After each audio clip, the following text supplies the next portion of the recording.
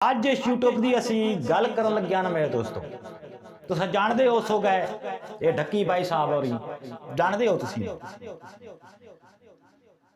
मेरे दोस्तों गल्लां दो जड़ियां ना आगे मैं तुहानू छोटा जा क्लिप भी सुनावां दिखावांगा इन्हां दा दो गल्लां मेरे दोस्तों इहदे च मार दियां इंसान नू वायरल होने लई या मशहूर होने लई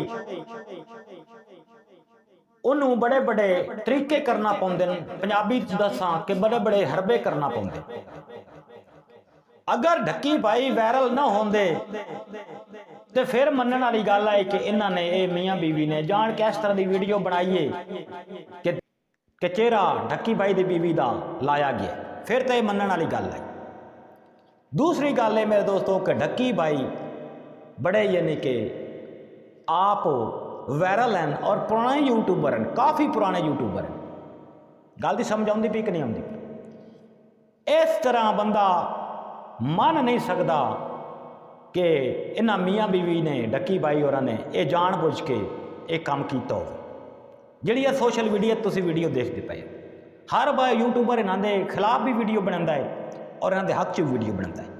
मैं सिर्फ ना इन्हों के खिलाफ वीडियो बनाइए ना इन्हों के हक च वीडियो बनाइए। मैं सिर्फ जितने भी मेरे बहन भाई यूट्यूबर आ ना वीडियो ने सोच समझ के जितनी देर तुहाडे कोल हकीकत ना हो इतनी देर वीडियो ना बनाई करो ना अपलोड की करो। गल्लां दो मैं तुहानूं सुना छड़ियां। अगर वो वायरल ना होंदा तो फिर तो मनण वाली गल है, इवें गल है कि नहीं? अगर मेरे दोस्तों वो वायरल भी है, अमीर तरीन भी है, पैसे वाला भी है, वड्डियां वड्डियां गड्डियां ने उहदे कोल, फिर उन्होंने की जरूरत आई इस तरह की वीडियो अपलोड करने की या इस तरह की वीडियो बनाने की? मैं सिर्फ इस सवाल का जवाब चाहिए तुहाडे कोल। बाकी मेरे दोस्तों एडिट दे विच बड़ा कुछ हो जाता है। फर्ज करो मेरा चेहरा तुसी किसी ला सकते हो, थल्ले मैं नज़र आवांगा, मेरा चेहरा किसी ला सकते। बाकी जितनी मेरिया माएँ भैन व्लॉगर हैं अज उन्होंने अगे भी रिक्वेस्ट करा, अगर सोशल मीडिया पर आना है ना तो अपने आप को बिल्कुल संभाल के आना है। तुसी इस सब के आगे मैं पैगाम दे रहा, अपनिया माएँ भैन भरावां भी पैगाम दे रहा। इस तरह की अगर तुहाडे दिमाग चो सोच होवे हरकत करन हो तुसी ते इस तरह हरकत न करो, ठीक है? ये तुहाडे आगे रिक्वेस्ट भी है। अगर यूट्यूब पर आना है तो साफ सुथरियाँ वीडियो बनाया करो, ठीक है?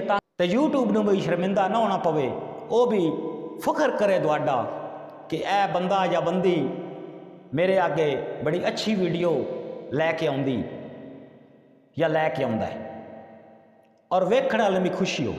मेरिया गल्लां ते कई गुस्सा बड़ा लगता है, मैं जानता वां क्योंकि मैं सच बोलता वां ना।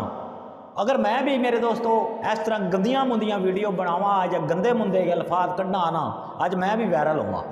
मैं सिर्फ अपनिया माएँ भैनों को समझाने की कोशिश कर रहा वां। कोशिश ये मिन्नत भी है, अगर वीडियो बनानी है अपने आप को अच्छी तरह ढक के। एक कोई नहीं इस तरह होंदा कि यानी कि मैं गंदा काम करा तो वायरल हो जावा, नहीं।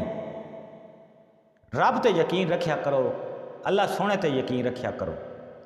इंशाअल्लाह वो मैं आधा रहना पहले भी वीडियो दे विच कोई सुबह वायरल होंदा है, कोई दोपहर नूं होंदा है, कोई शाम नूं होंदा है, कोई रात नूं होंदा है, इंसान हो जाता है। लेकिन इहदे दो गल्लां दा तुसीं इहदे दो गल्लां दा तुसीं खास ख्याल करना है कि साफ सुथरी वीडियो बनाई करो। एक मैं वीडियो बनावांगा वो मेरे खिलाफ भी बड़े होंगे, लेकिन वो बाद च असीं बनावांगे। लेकिन मैं सिर्फ ये ढक्की भाई ते गल करनी आई तो तुहानूं समझाने की कोशिश की है कि वीडियो बनाओ तो अच्छी बनाओ। इस दे नाल ही मुंतज़िर व्लॉग नूं दो इजाज़त। अपना ढेर सारा ख्याल रखा है, दुआओं भी याद रखा है। अगर कोई गलती गुस्ताखी हुई तो दिल से माफ़ कर दिया।